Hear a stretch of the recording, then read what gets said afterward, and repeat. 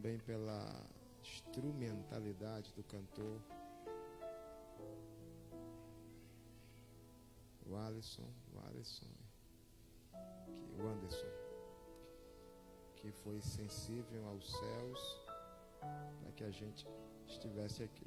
Eu já sou um velho conhecido aqui do campo, eu já tive ministrando lá na sede umas 2 vezes, então a gente já nos sentimos em casa.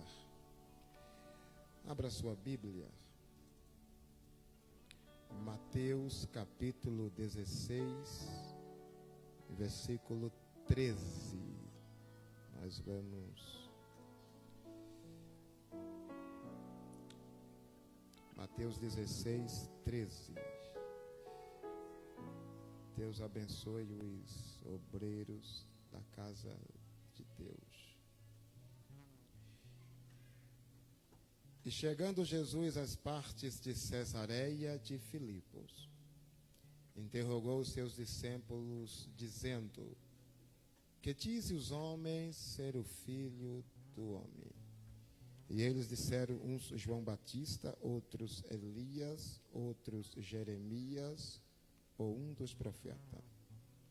E disse-lhe ele: e vós que dizem que eu sou? E Simão Pedro respondendo disse: tu és o Cristo, Filho do Deus vivo. Jesus respondendo disse-lhe: bem-aventurado és tu, Simão Barjonas, porque não foi a carne e o sangue que tu revelou, mas o meu Pai que estás no céu. Pois também eu te digo que tu és Pedro, e sobre esta pedra edificarei a minha igreja, a minha, e as portas do inferno não prevalecerão contra elas.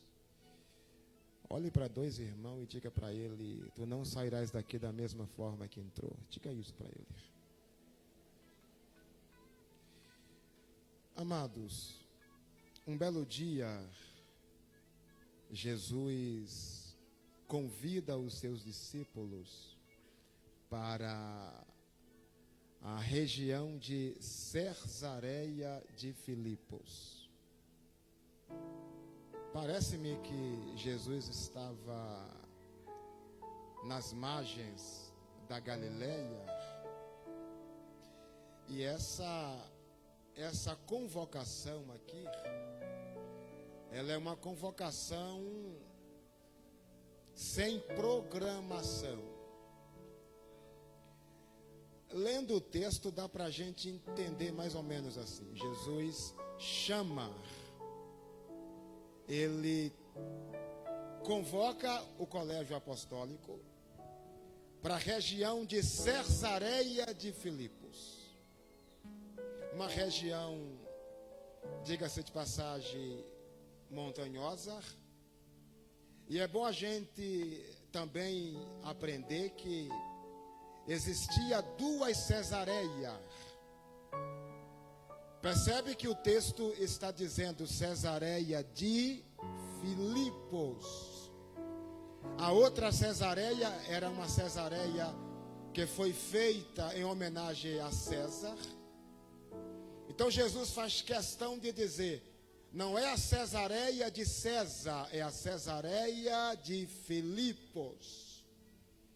Quando Jesus chega naquela região, ele olha para o colégio apostólico e faz a seguinte pergunta: que dizem os homens que eu sou?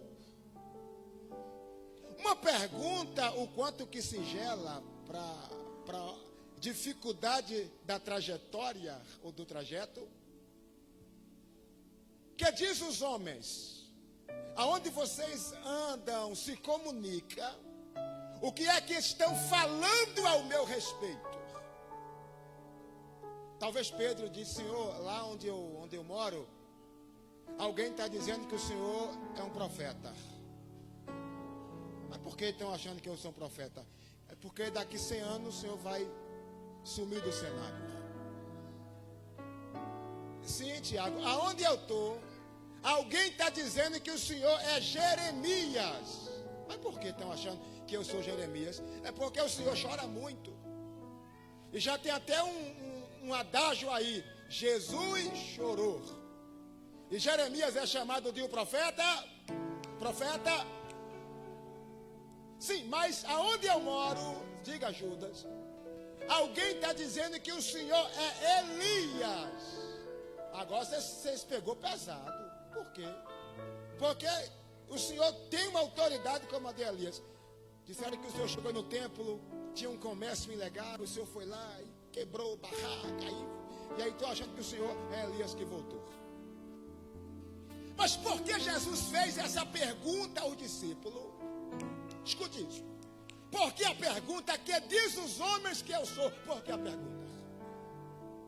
Segundo a história, antes de Maria emprestar o útero materno para Jesus nascer, já tinha surgido 2.000 falsos messias. Já era moda alguém dizer: eu sou Jesus. Daí a pergunta: que dizem os homens que eu sou?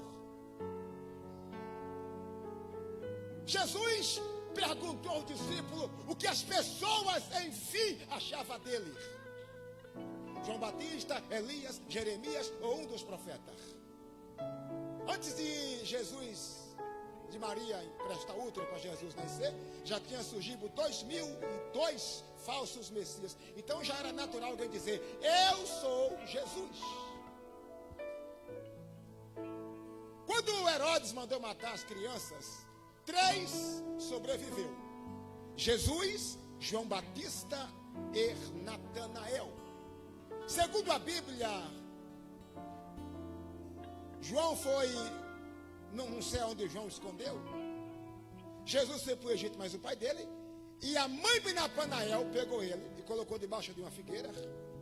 Quando passou aquela tempestade, ela pegou o seu filho e disse para ele: tu não vai contar para ninguém que tu sobreviveu à morte das crianças. Porque se tu contar, vão te matar pensando que você é Jesus. Por quê? Jesus, Natanael e João Batista tinham a mesma idade. Então aquilo, pastor Samuel, tornou-se o entrelaçamento, o segredo. Só sabia Natanael e a mãe dele. Quando ele chegava em algum lugar, alguém perguntava: Natanael, qual é a tua idade? Ele disse: não sei, rapaz. Porque ele tinha medo de dizer a idade para alguém contar e dizer: é Jesus que sobreviveu. Então aquilo era segredo, só sabia ele e a mãe dele. Aí Jesus já faz uma outra pergunta. E faz: que dizem que eu sou? Jesus aqui já não está mais preocupado com o que as pessoas lá fora pensavam dele. Ele queria saber daqueles que andavam com ele, dos discípulos, Pedro, Tiago, João. E vós, que dizem que eu sou? Natanael diz: eu sei quem tu és.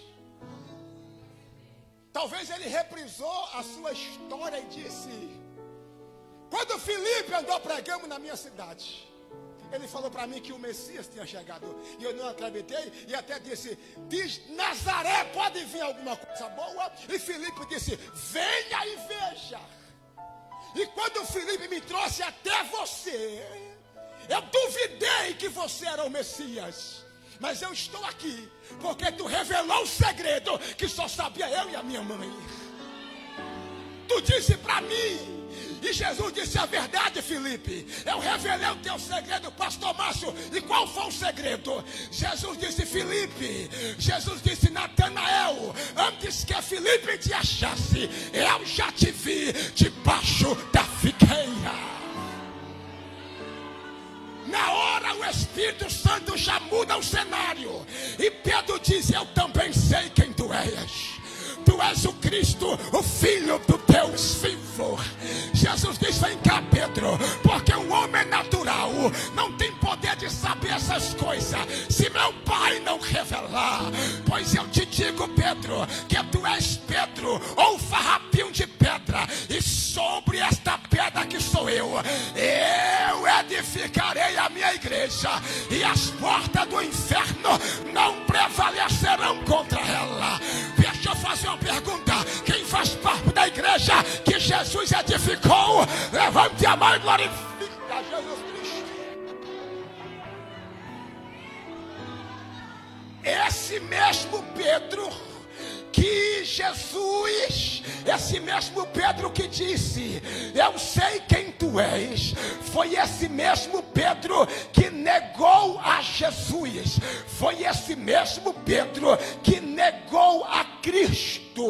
Esse mesmo Pedro um dia negou a Jesus, e Jesus um dia reapareceu e perguntou: Pedro, você me ama? Ele disse: eu não sei. Pedro, você me ama? Eu não sei. Por que Pedro disse não sei? Porque Pedro tinha negado a Jesus. Já pensou se eu ofendo o pastor Samuel e ele pergunta: Pastor Márcio, você me ama? Eu vou dizer: pastor, não sei, porque eu vou estar preocupado com a reação dele, porque eu o traí. Foi essa a reação de Pedro. Como eu vou dizer que o amo depois que o traí? Jesus perguntou mais uma vez: tu me ama? Ele disse: o Senhor sabe, eu careço da tua misericórdia. Jesus pegou a chave da igreja e entregou na mão desse homem. Como que Jesus pega a chave da igreja e entrega na mão de um homem que eu traiu? Sabe por quê? Porque Jesus sabia que quanto mais Pedro ia se envolver na obra, quanto mais Pedro ia amar a obra, mais Pedro ia amar a Jesus. Quanto mais Pedro ia se jogar na obra, mais Pedro ia amar a Jesus.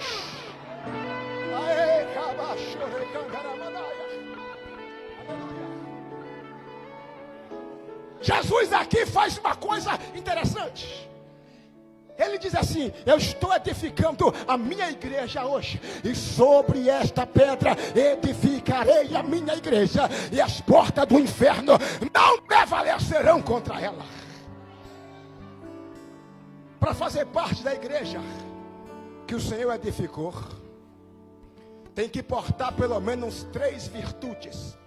Primeiro, tem que ser salvos, guerreiros e avivados. Dá para repetir? Salvos. Mais uma vez. Mais forte.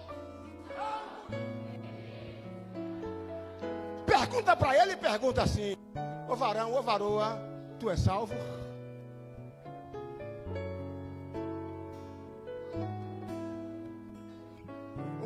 Um dia desse, alguém perguntou para mim: pastor Márcio, o senhor é salvo? Eu digo: eu sou. E eu digo: não sei, eu sei de mim. Como é que eu vou saber se tu és salvo?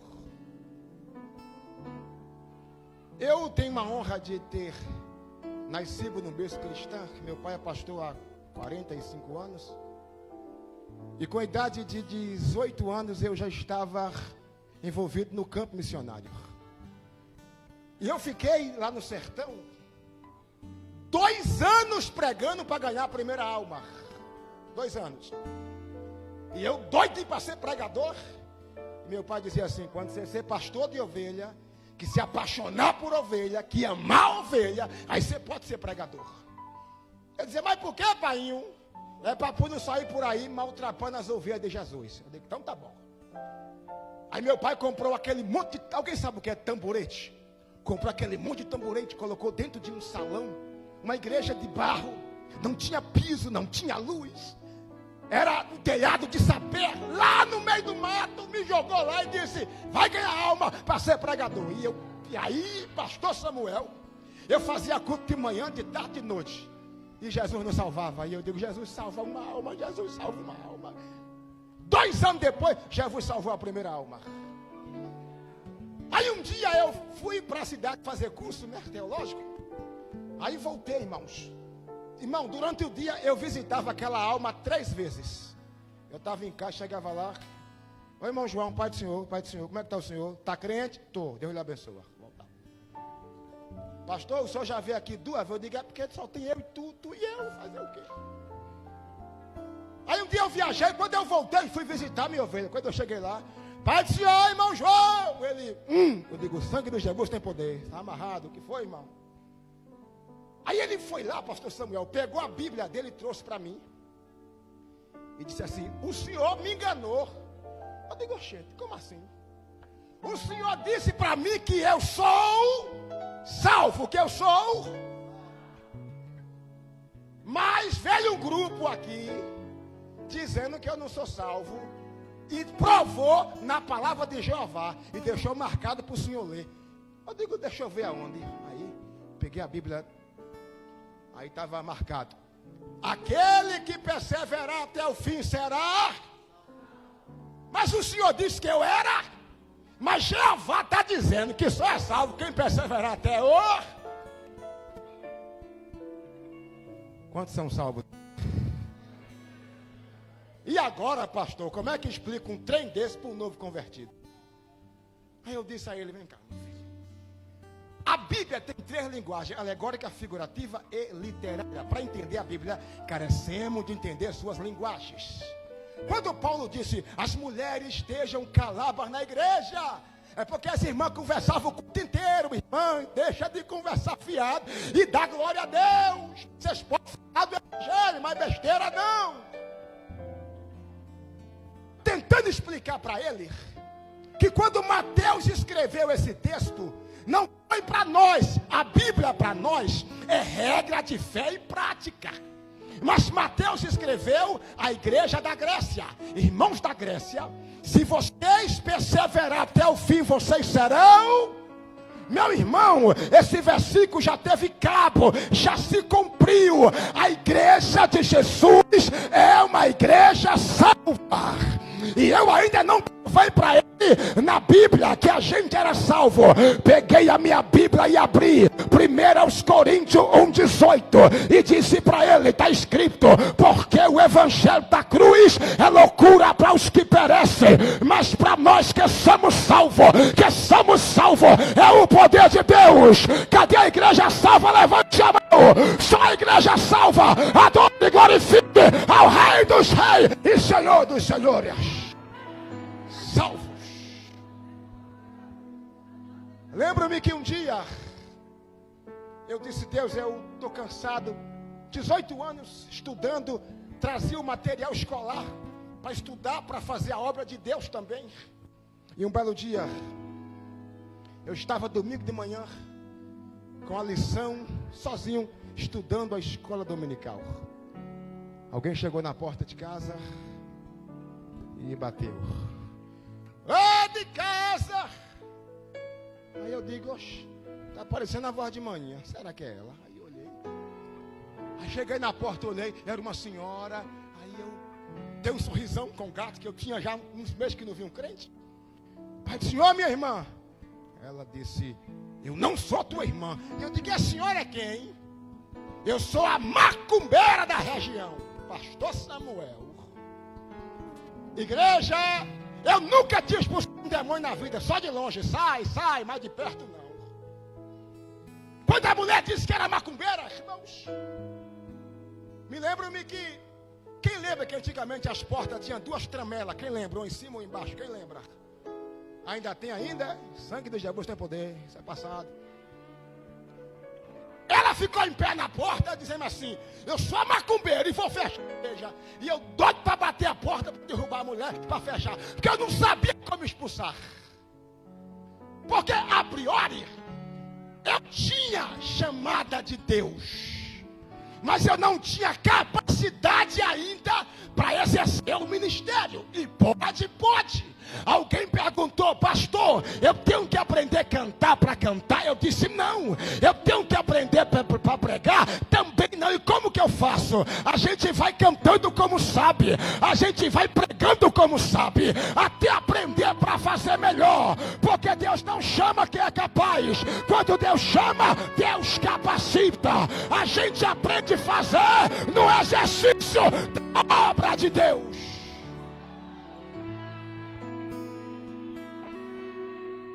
Aí eu fui tentar fechar a porta. Dá um sonzinho para mim. Fui tentar fechar a porta. Quando eu bato a porta, a mulher entra. A mulher entrou por baixo. Fechei a de cima, ela entrou pela de baixo. Irmãos, eu tinha 18 anos. Eu não tinha nem como sair pelo fundo, irmãos. Ela correu de mim dentro de casa, dentro da casinha. Ela na frente, ela correndo e eu fugindo. Aí eu parei.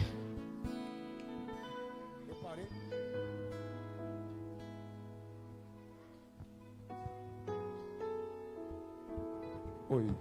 Eu parei.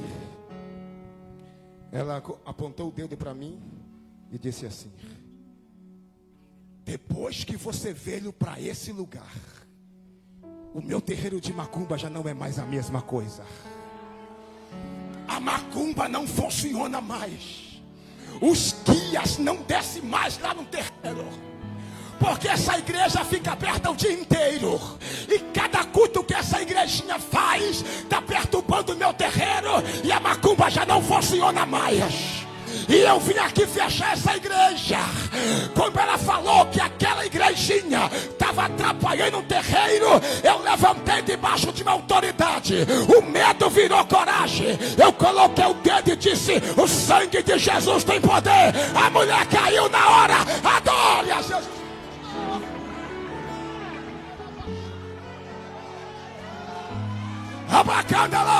A igreja é guerreira, a igreja tem autoridade. Se o diabo se levantar, ele vai cair. Se o diabo dizer sim, a igreja vai dizer não. Se o diabo dizer não, a igreja vai dizer sim. Recebe a autoridade, recebe a autoridade de Deus.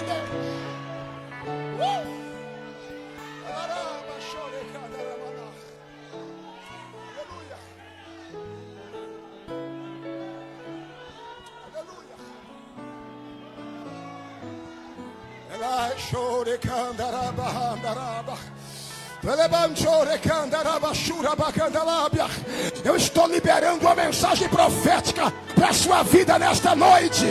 Se tiver demônio armando arapuca para acabar com a tua família, com a tua história, com a tua trajetória, nós repreendemos pelo poder do nome de Jesus. Receba a força, receba a graça de Deus, receba a capacitação, receba a graça de Deus.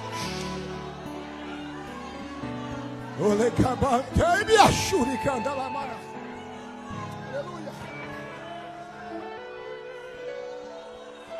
Aleluia.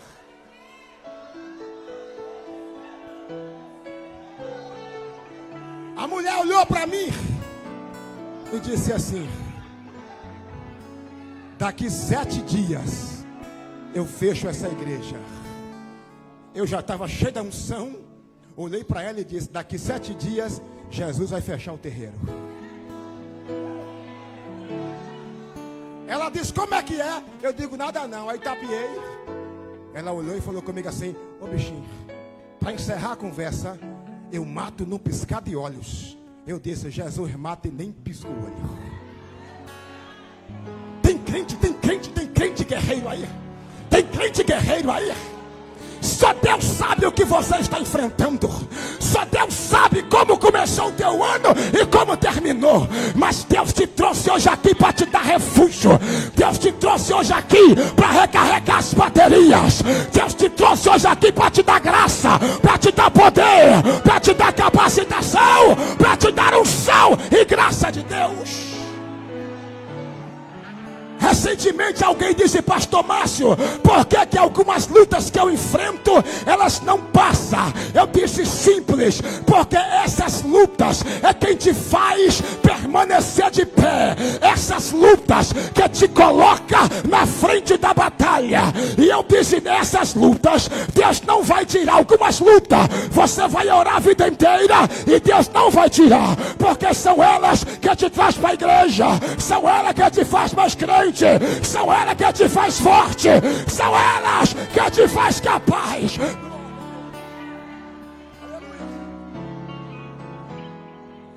É duro, é. Você ora para Jesus curar, Jesus cura. Você ora para Jesus salvar, Jesus salva. Mas lá na sua casa alguém está precisando de salvação. E você ora para Jesus curar, Jesus cura. E na sua casa alguém está precisando de cura, ou até você mesmo. São marcas que você precisa carregar, e Deus não vai tirar ela de você. Um belo dia Paulo falou: Senhor, esse espinho que me esbofetia, eu já não aguento mais, o que é que eu faço? Jesus disse: Paulo, a minha graça te basta, porque o meu poder se aperfeiçoa na fraqueza. Estou encerrando a mensagem. A mulher foi embora para casa. Eu fiquei 3 dias trancado. Jesus, mata a macumbeira. Jesus, eu nem orei para Jesus salvar a mulher, orei para matar. Por quê? Porque eu sabia que se aquela mulher fechasse a igreja, eu não estava aqui hoje pregando a palavra de Deus. Então Jesus, mata a macumbeira, Jesus. Aí eu dizia: ô vizinho, sabe dizer se Maria morreu? Se morreu ainda não. Então eu vou orar mais um pouquinho. 3 dias eu estou dirigindo o culto sozinho, porque eu dirigia sozinho o culto. Cantava os hinos da harpa, lia a palavra, toda a liturgia de um culto assembleano, pregava para mim mesmo, dava oportunidade para mim mesmo também. Aí Maria, a macumbeira, chegou na porta da igreja e falou: só falta 4 dias. Eu digo: sangue de Jesus tem poder. Aí cheguei na porta da igreja, tinha uma macumba na porta da igreja. E agora, irmãos? Eu digo: não é meu, é do cão, vou pegar para quê? Já essa praga aí. Mas não consegui fazer o culto, irmãos, que a mente ficava: joga essa macumba. Aí eu fui lá, pastor Samuel, peguei a macumba assim. Meu sangue tem poder, meu sangue tem poder. Irmão, aí a macumba, o saco furou. Quando eu olhei, tinha um frango. Ô, irmão, fiquei triste demais. Porque eu estava 3 meses comendo rapadura, farinha e machixe. Eu digo: ô Satanás miserável, jogando um frango fora, eu comendo rapadura. Quase que eu comia o infeliz do frango, mas comi não. Aí peguei a macumba, coloquei, apareceu um sapo, irmão, não sei de onde aquele sapo apareceu na macumba. A boca do sapo costurada e eu tremendo. Jesus, o que é que eu faço? Jesus, eu não quero morrer. Irmão, me deu um negócio na cabeça, peguei o sapo, coloquei na porta da igreja, descosturei a boca do sapo. Ele colocou para fora o bilhete dizendo: Assembleia de Deus fechada em 7 dias. Quando a boca do sapo se abriu, eu estava dizendo: a porta que eu abro ninguém pode fechar. Oh, perante Deus, quem impedirá? Levanta 2 mãos que eu vou liberar algo profético. Eu não sei qual diabo levantou contra você, mas eu vim da Bahia como profeta de Deus dizer para esta igreja: toda ferramenta do diabo contra a sua vida não vai prosperar, em nome de Jesus.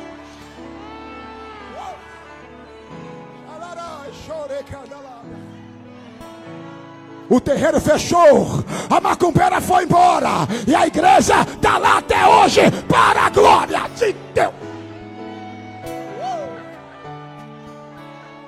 Aleluia. Para encerrar, salvos, guerreiros, fala comigo, avivados. Pergunta para ele carinhosamente: tu é avivado ou tu é do movimento? Porque se falar Jesus está aí, ninguém vê. Mas se falar tem um anjo aí, já corre. Pastor, o senhor é contra? Eu não sou doido. Eu não, você está doido? Não. Eu creio, irmão, sou pentecostal. Já teve pregação, eu saí correndo no meio da igreja de tanta unção. Mas permita-me dizer, estão pregando aí um tal de um avivamento que não muda a vida das pessoas, que as pessoas até caem na igreja, mas quando levanta, a vida é a mesma praga, não muda nada. Que avivamento é esse que não muda a vida das pessoas? É avivamento sem palavra de Deus. Permita-me dizer, mas os nossos cultos, a maioria dos nossos cultos não é mais cristocêntrico, é homocêntrico, é adorando o homem, é aplaudindo o homem, é dando glória ao homem e esquecendo que a glória é de Deus, que a glória é de Deus. Algumas igrejas que parecem uma fábrica de sorvete, mas eu glorifico a Deus porque eu estou diante de uma igreja que adora, que recebe a glória de Deus. Fica de pé em nome de Jesus. Olha para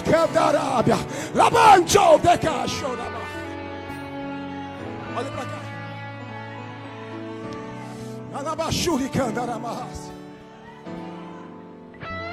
Recentemente perguntaram para mim: pastor, barulho traz avivamento? Eu disse: não. Fala comigo, diga: barulho não traz avivamento, mas toda a igreja avivada, ela é barulhenta. Tem crente avivado aí? Tem crente avivado aí? Barulho pode não trazer avivamento, mas toda a igreja avivada é uma igreja barulhenta. A igreja vai subir debaixo de muita unção. A igreja vai subir em meio à tribulação, mas diante de uma unção poderosa. E eu peço a Deus que comece a derramar essa unção aqui nesse lugar hoje. Que esse avivamento venha pairar sobre esta igreja, sobre esta casa, sobre esta casa. Glória a Deus.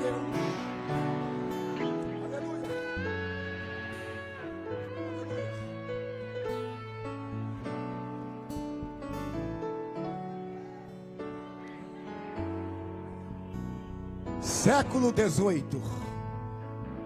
Eu estive na igreja de John Wesley e eu fiquei espantado, porque no templo que John Wesley orava, eu vi 2 buracos, e eram as marcas do joelho de John Wesley. Tinha 2 buracos onde ele colocava os cotovelos para orar. E quem conhece um pouquinho da história sabe que o século 18 era o ano do avivamento. A Inglaterra recebeu uma apoteótica de Deus tão grande que ninguém conseguia segurar. Mas quando John Wesley morre, entrando o século 19, a igreja da Inglaterra recebe totalmente uma frieza espiritual. Em alguns cultos, pastores desciam do altar da igreja e ia no gabinete, fumava um charuto e depois vinha para a igreja encerrar o culto. Se você for na Inglaterra hoje, você vai encontrar as igrejas luteranas, ortodoxas, pastor que se veste de padre, que não parece mais igreja cristã. Acabou o avivamento na Inglaterra. Sabe por quê? Porque Deus não aceitou a forma que os seus líderes viveram acabando o século 18. Deus tomou da mão da Inglaterra o cajado do avivamento. Século 20, se você for ver a história, você vai ver a Rua Azusa. Os Estados Unidos recebem uma apoteose de poder. O cajado que outrora pertencia à Inglaterra, Deus entrega na mão dos Estados Unidos. É só você ver a história. Vai acabando o século 19, vai acabando o século 19 para entrar o século 20. Se você for ver a história do cristianismo americano, você percebe que entrou a teologia da prosperidade. Os próprios pastores americanos dizem assim: a nossa igreja não é mais como a mesma, nós perdemos o avivamento.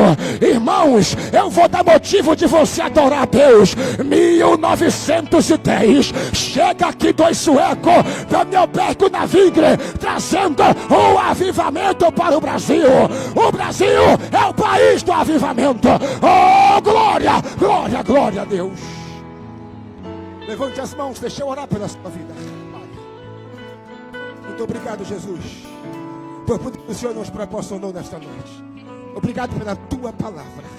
Obrigado por tudo, Senhor. Em nome de Jesus. Podem sentar, irmãos. Amados, pastor, permita-me só mais 2 minutos. Obrigado, irmãos. Nós estamos lançando 2 livros. Estamos lançando esse que é Anônimos de Deus. Esse livro aqui eu falo um tema muito importante. Paulo diz assim: eu quero agradecer a Deus pelas pessoas que muito colaborou comigo no ministério, mas que os seus nomes não foram lembrados. Paulo estava falando dos anônimos de Deus, daquelas pessoas que muito trabalhou com ele. Se você for ver a história de Naamã, você sabe quem é Naamã, mas a menina na casa dele, ninguém sabe o nome, é uma anônima. Aqui eu falo sobre o ministério da mulher na igreja. Até onde pode ir, é um livro extraordinário. E esse aqui é intimidade com Deus. Aqui eu falo sobre intimidade por meio da fé, da palavra, da oração. Um livro, cada livro custa R$20. Mas se você comprar 2 livros, você vai pagar R$30. Eu moro numa cidade chamada Canudos. Ninguém lembrou, né? Na cidade da Guerra de Canudos. Quem lembrou? Quem estuda sabe o que eu estou falando, né? A nossa cidade, pastor Samuel, é a 5ª cidade mais pobre da Bahia. Meu pai é pastor ali há 10 anos da Assembleia de Deus. E lá em Canudos hoje, eu cuido de 250 crianças. Todo sábado eu levo as crianças para a igreja e a gente dá o café da manhã, o almoço e o lanche da tarde. Todo sábado nós temos esse compromisso. O ano passado, outubro, foram 3.000 brinquedos. Eu já saí daqui de São Mateus uma vez com 1 tonelada de roupa, de ônibus, para levar lá para o sertão. O pastor Toninho me ajudou, pastor, filho do pastor, também já me ajudou no meu projeto. Lá está no Facebook, Projeto Missionário Impacto Missões. Vai lá ver o trabalho social e missionário que a gente faz no sertão. Eu ainda carrego o carrinho de mão com uma caixa para dirigir culto. Eu ainda pedalo bicicleta 20 quilômetros, porque tem lugar que a gente não consegue chegar.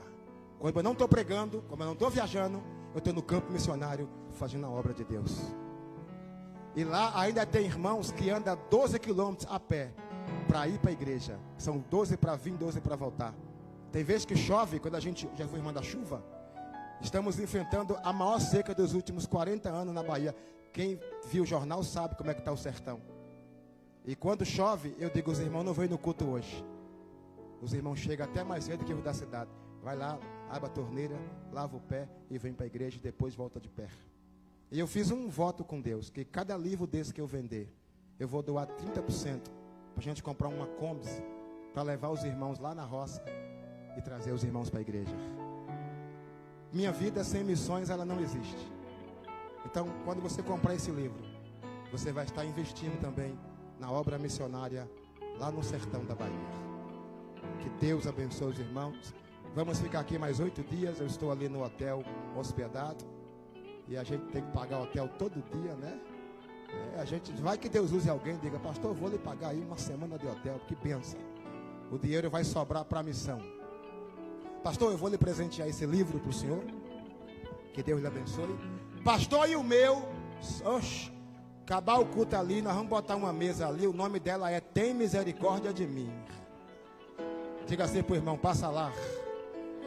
Deus abençoe os irmãos. Obrigado, pastor.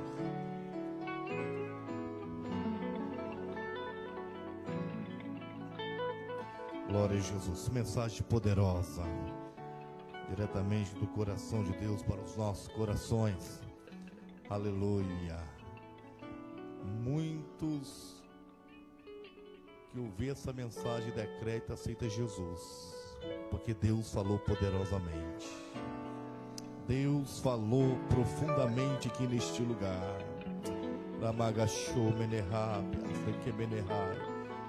Eu não poderia deixar de fazer um convite a você a entregar a sua vida a Jesus. Se tiver uma vida aqui nessa noite para entregar-se a Jesus, venha aqui à frente. Venha receber Jesus como Salvador da sua vida, libertador. Você ouviu o testemunho aqui nessa noite daquilo que Deus faz. E Ele quer fazer na tua vida também. Tem uma vida para Jesus? Se quer aceitar Jesus, vem aqui à frente, não sinta vergonha. Seja corajoso, seja corajosa. Aceite Jesus, porque Jesus é bom. E Ele está aqui nessa noite. Enquanto nós falamos nos anúncios da semana, você tem a oportunidade de vir aqui à frente, receber Jesus. Nossa irmã Marlúcia pede oração para o seu pai que se encontra entubado. Vamos estar orando, que é o sogro nosso Diácono Sival, para que o Senhor venha restaurar a saúde no nome de Jesus. Irmã Claudiné pede oração por Charlone, que está trabalhando. Irmãos, terça-feira, nossa escola bíblica. Quarta-feira, nosso culto, Quarta com Deus. Estaremos aqui, nosso evangelista Tiago vai estar ministrando a palavra aqui também. E tenho certeza que vai ser outro momento de Pentecoste aqui e de ensino da palavra. Sexta-feira, ensaio do círculo de oração. As irmãs estejam presentes. Domingo será a nossa consagração, e à noite grande culto de louvor e adoração ao nosso Deus.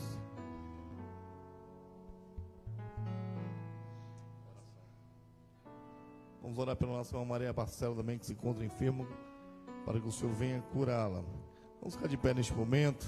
Irmãos, antes de sair, passe ali, deixe a sua oferta, comprando o livro do pastor Márcio, os livros, 2 livros por R$30, é uma oferta que você vai estar deixando para o trabalho missionário que o nosso irmão faz ali na sua cidade de Canudo, na Bahia. Lembrando aos irmãos do nosso retiro de casais, tem as vagas ainda, né? Tem algumas vagas ainda, viu, irmãos? Você que é casado, quiser participar, procure enquanto há tempo, depois você vai chorar, hein? Que vai acabar, poxa, eu queria ir e não tem mais vaga. Aí vai ter que esperar para o próximo. Amém? Quantos mais precisam de oração, né? Eu também, meu lar. Quero estar aqui convidando nosso auxiliar, né? Davi, que vai estar agradecendo a Deus neste momento. Também saúde os irmãos com a paz do Senhor, amém? Senhor nosso Deus, eterno Pai, que está no céu, neste momento, Senhor, queremos te agradecer por esse dia, Senhor, que o Senhor nos proporcionou, pela essa noite maravilhosa que o Senhor nos trouxe, Senhor, a este altar, para agradecer, Senhor, por tudo que o Senhor tem feito. Continue abençoando os teus filhos, ó Deus, que estão enfermos, ó Pai. Ó Deus, curando, ó Deus, aqueles que não puderam vir, mas o Senhor é Deus de perto e Deus de longe, ó Deus. Ó Deus, abençoa o teu filho que trouxe, Senhor, essa palavra, Senhor, vinda do teu altar. Continua usando ele poderosamente, ó meu Pai. Abençoa, ó meu Pai, essa obra que o seu servo, o Senhor, falou aqui, ó Deus. Que o Senhor ajuda ele, ó Deus, em tudo que ele precisa. Abençoa teus filhos também que vieram, Senhor, nos visitar.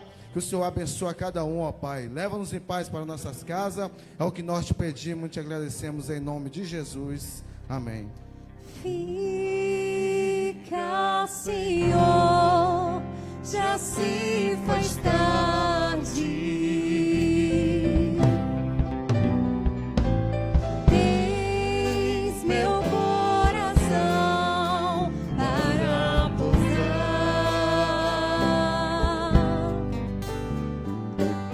Faz em mim morada permanente. Fica, Senhor, meu Salvador. Que a graça de nosso Senhor e Salvador Jesus Cristo, o amor de Deus e as doces consolações do Espírito Santo repousem sobre cada um que ame e aguarda a vinda do Senhor desde agora e para sempre. Amém. Deus abençoe tua vida, Deus abençoe a tua casa, Deus abençoe a tua família.